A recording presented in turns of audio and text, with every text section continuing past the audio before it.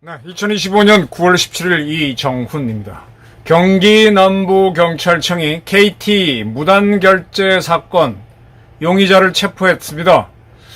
그런데 이 용의자가 중국 국적의 조선족입니다. 우리 동포죠. 근데 이 사람이 한국에서 해온 일이 그냥 노동자예요, 노동자. 공사판 노동자.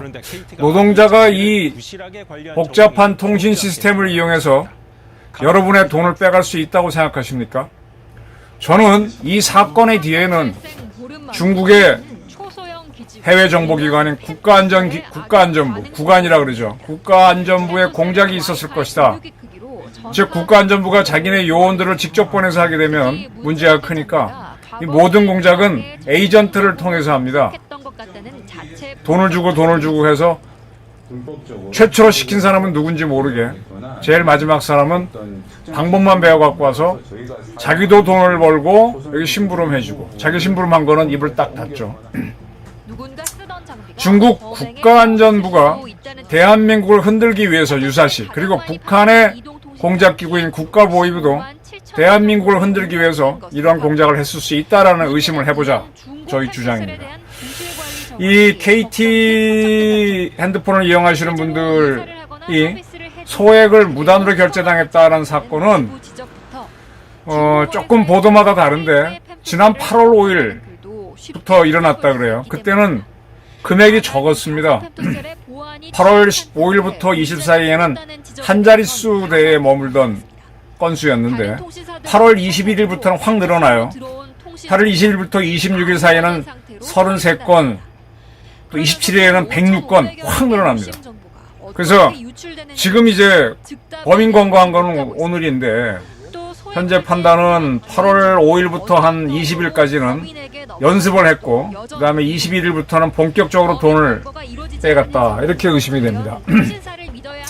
이들이 빼간 돈은 경찰에 신고된 거는 199건, 금액은 토탈 1억 2,600만 원입니다.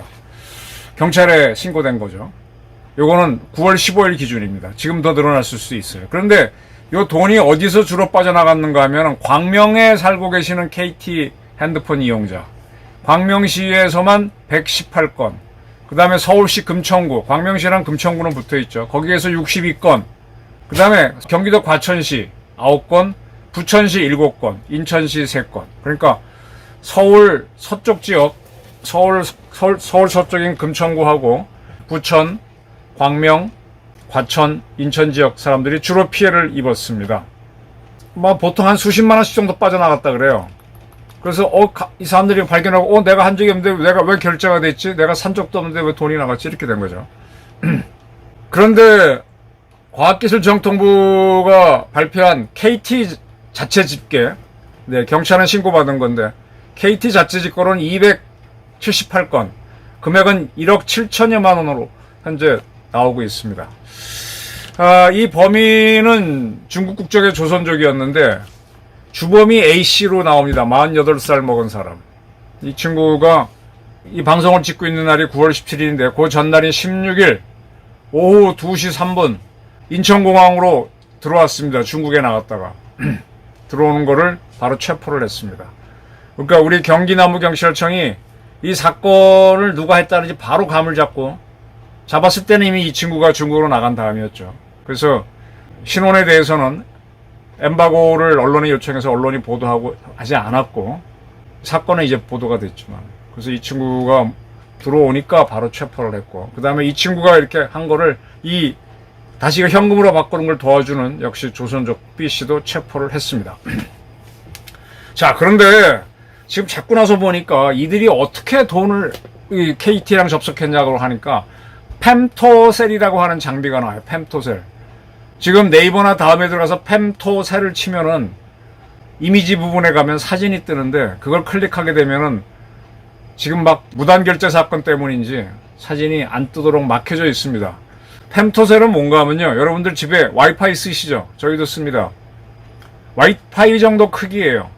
이제 이렇게 거리 다녀보시면은 KT나 SKT나 LGT의 그 기지국이 있습니다. 근데 그런 것들이 이렇게 때려주는데 이 건물 사이에 사각지대라든지 이런 데는 안 되는 지역이 있죠. 그런 데에서 이렇게 와이파이 증폭해주는 것처럼 잡아주는 역할을 하는 게 펨토셀입니다. 펨토셀.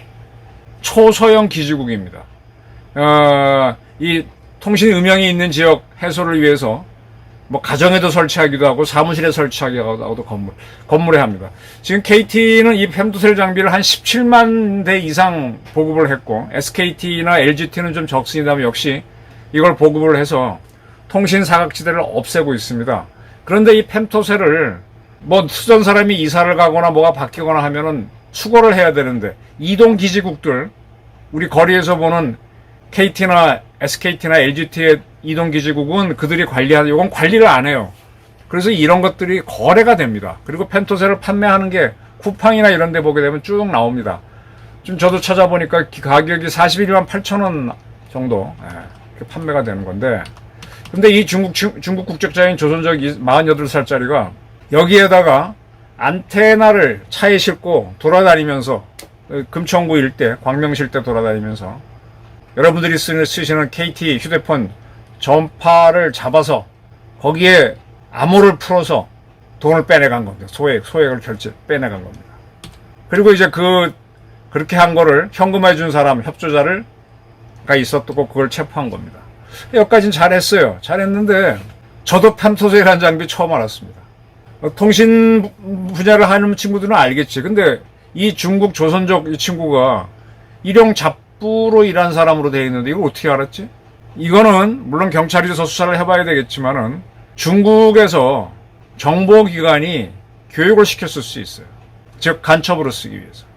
자기네가 직접 하면 골치 아프니까 이제 누굴 또 시키고 누굴 시켜서 이제 한국에 자유롭게 드나들고 이 친구는 한국을 자주 왔다 갔다 한 친구로 돼 있습니다. 그런 친구한테 이렇게 해서 해봐라. 그래서 이렇게 돈을 벌어봐라. 돈을 버는 게 증명이 되면은 이 펨토셀을 갖고 한국 사람들 핸드폰을 딸 수 있구나 하게 되면은 그걸 갖고 유사시에 뭘 하느냐?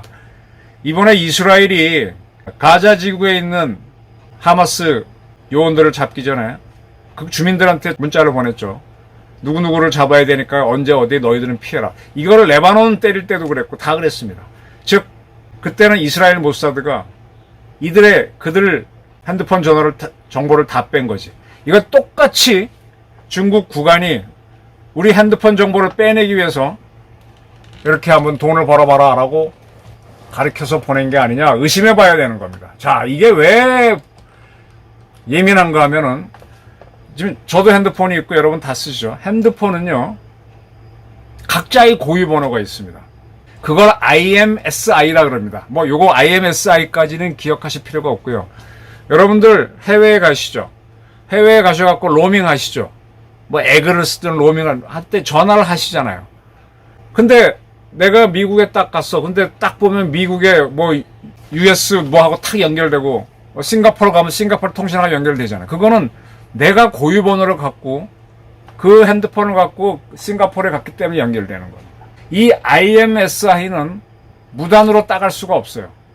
근데 이 친구들이 IMSI를 풀어낸 겁니다. 이거 노가다 하는 자들은 이거 쉽지 않아요. 해커 수준이 돼야 됩니다. 이 사건의 본질은 이겁니다. 어떻게 IMSI를 딱 해서 저 금천구에서 하는 이정훈이가 전화 한번 걸었는데 그걸 거기서 딱 전파를 잡아갖고 이 핸드폰 전화는 여기 굉장히 많은 암호가 있어요. 제가 하는 게 이게 막 주파수를 점핑하면서 가기 때문에 해킹 못하도록 했는데 해킹을 다 해버린 거예요. 그래서 나에 대한 정보를 확보해갖고 쫙 빼갖고 돈까지 빼간 겁니다. 이러면은 나에 대한 모든 통신 정보를 갖고 있으니까 만약에 북한이나 중국이 작심을 하고 때릴 때 그럼 내 위치가 나오지. 나 핸드폰 한번 들고 다니니까. 볼로 드론 띄워서 빵 쏘면 죽는 거예요. 대한민국 대통령도 잡을 수도 있고 대한민국 합참의장도 잡을 수 있어요.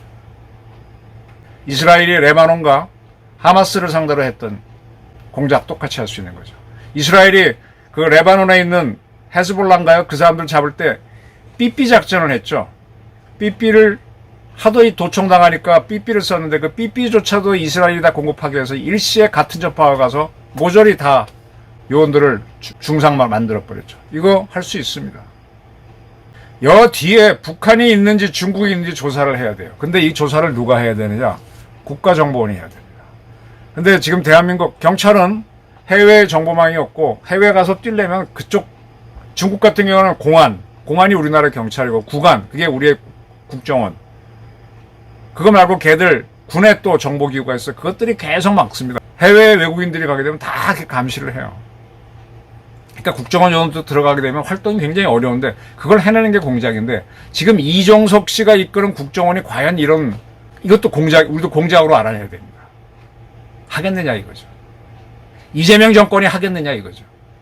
아마 경찰이 범인 잡은 거에서 끝내려고 할 겁니다. 그리고 KT는 피해를 본 사람들을 보상을 해주고 여러분들 여기 핸드폰에 유심 박아놓은 유심 정보 빠져나간 거에 대해서 뭐 새로운 유심 주고 그걸 끝내려고 할 텐데 아닙니다. 국가안보를 하는 사람이라면 이 뒤에는 중국과 북한이 있는지 반드시 조사해야 됩니다. 아니면은 우리가 이스라엘한테 당한 하마스라든지 헤즈볼라처럼 당할 수 있습니다.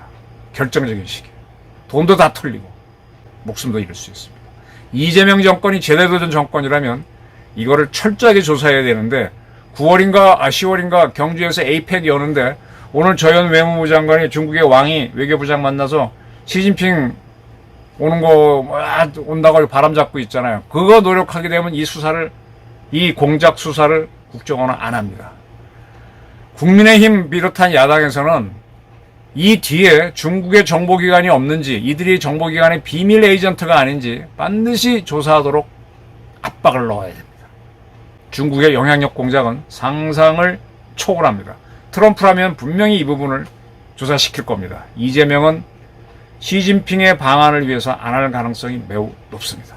지금 우리나라의 허점이 어느 정도인가 하면은 여러분들 지방선거 하실 때 중국 국적자를 비롯해서 우리는 주민등록증을 갖고 있는데 그들은 재외국민 거소증인가를 갖고 있어요. 그런 분들이 지방선거할 때 투표할 수 있습니다. 광명이니 안산이니 이 주선족이 많은 데에서는요. 그들이 딱 마음만 먹으면 어차피 우리 민주당 대 국힘당 선거 비등비등 하거든. 근데 누구 한쪽만 딱 붙으면 이깁니다. 대한민국 지방선거도요. 중국 정보기관이 마음 먹으면 승부를 결정지을 수 있습니다. 반드시 이 KT 무단 결제 사건에 중국 정보기관이 개입되어 있는지 북한의 정보기관이 있는지 우리 국가정보원이 비밀리에 공작 수사를 해야 됩니다. 못하면은 이종석 국정원장한테 그 책임을 물어서라도 해결해야 됩니다. 이재명과 이종석 책임을 물어야 됩니다. 감사합니다.